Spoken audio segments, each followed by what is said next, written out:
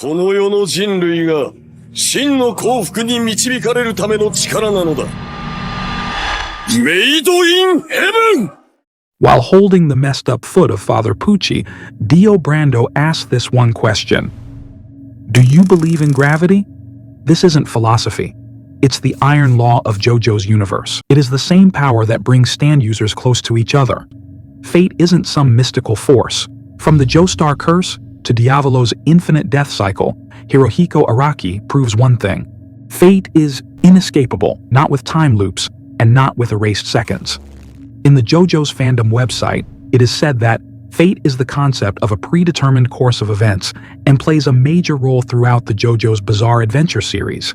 It may be conceived as a predetermined future, whether in general or that of an individual.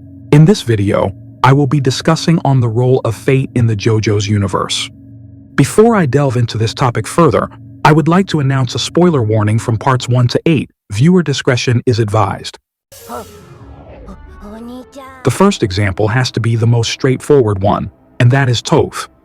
In Stardust Crusaders, this stand predicts Jotaro's death, with an image of his head being split apart in two.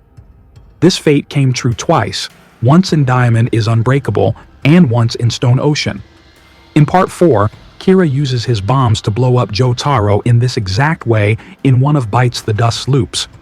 In Part 6, Pucci cleaves Jotaro's face in two in front of Jolene during the final arc of Stone Ocean.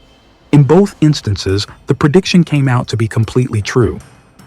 Talking about Pucci, Dio and him discussed on achieving heaven during their nighttime conversations about fate. According to Dio, the way to achieve heaven is to know your own fate and accept it. That's where the heaven plan came from. Pucci uses Made in Heaven to accelerate time, forcing humanity to accept destiny. But Emporio, armed with Weather Report, kills him in the new universe. Why? Because Pucci's heaven was selfish. Fate rejected his hubris. The Joestar family had their own destiny to fight Dio and his followers. That was what they were cursed with. From Jonathan to Giorno, that was what had been happening. But with the killing of Pucci and the resetting of the universe, Jolene was free from the shackles of her own destiny. And that is why her name changed to Irene.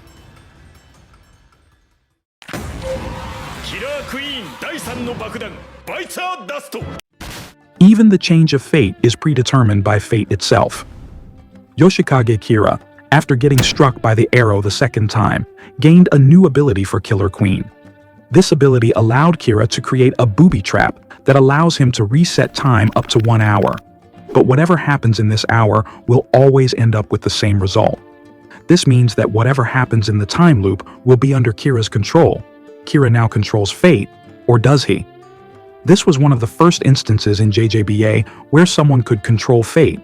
But in the end, Hayato overcomes this time loop and beats fate, and this results in Kira's death. There are two instances where fate or destiny comes to play in Golden Wind. Both of them involve running away from fate, and no matter how much you try to avoid your destiny, it will catch up to you. First instance is the most obvious one, and that is Diavolo and Epitaph. Diavolo, in his constant run to escape his fate, uses Epitaph to see into the future and manipulate his destiny in a way that is beneficial for him. This did work for him for years until he ran into Giorno. All those times where he thought he bent fate to his own will backfired on him when Giorno used Gold Experience Requiem and sent him on his infinite death loop. The second instance is with Rolling Stone. Rolling Stones is an automatic stand which shows a target their fated death and proceeds to stalk them, breaking down into the shape of the character themselves, and then tries to make the individual touch it to have a peaceful death. This stand embodies the idea that fate is a sleeping slave, and no one can escape it. Rolling Stones predicted the deaths of Bucciarati, Abbacchio, and Narantia, and they could do nothing to stop it. Fate ruled supreme by the end of Golden Wind. Neither Diavolo nor the gang could control fate, but fate always corrects itself, ultimately aligning with justice, like it aligned with Giorno. Aside from being fated to die fighting for the Joestars, the Zeppeli family have always been a big influence in the series. In the reboot of the JoJo universe, we get to know that Zeppeli traveled all the way from Italy to America to take part in the steel ball run race to save a child called Marco.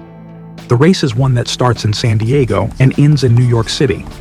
Marco did not cause a huge impact in the series other than forcing Gyro to come to America for his fated meeting with Johnny Joestar. It was through this meeting that Johnny learned how to overcome his own faults after learning spin.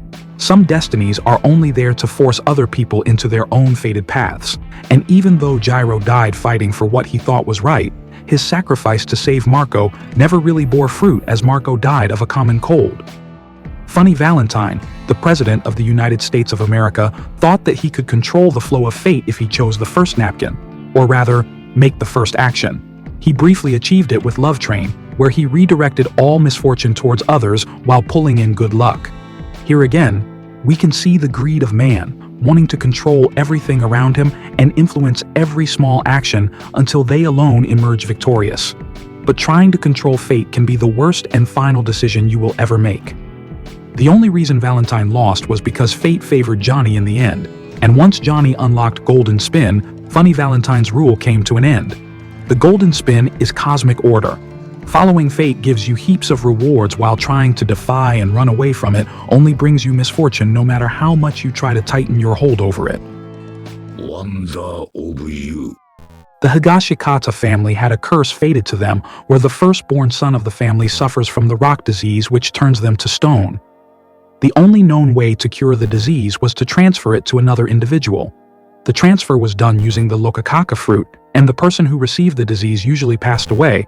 This can be seen by Johnny Joestar's, Tomoko's, Jobin's bully, and Toru's deaths in the series. Fate here is a biological inevitability. The Lokakaka plant heals the user, but in its stead takes something else from the cured. You cannot gain something without losing something of equal, if not higher value from your own body. This exchange is random, and it is a necessity. Fate is also referred as Calamity by Toru. Pursuing Toru, or his stand, Wonder of You, the pursuer experiences a non-stop flow of calamity heading their way.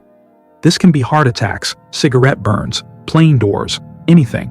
As long as the idea of pursuing is in the mind of the individual, calamity will not stop attacking them. The flow is always a calamity. The endless calamity was stopped when Gappy unlocks Soft and Wet, Go Beyond. Toru was killed in the end by exchanging the Higashikata rock curse with Tsurugi. Controlling fate always has its consequences, and fate, as always, aligned itself with the good. In Part 9 till now, the only mention of something remotely related to fate is the term mechanism by JoJo. We are still waiting for Araki to expand upon this term. This is how the term fate, gravity, or destiny plays a huge part in the JoJo's Bizarre Adventure series. Across all the parts, Araki asserts one thing, and that is, fate favors justice. But this justice demands sacrifice, power, and rebirth. Accepting it leads to growth, while fighting or running away from it leads to your downfall.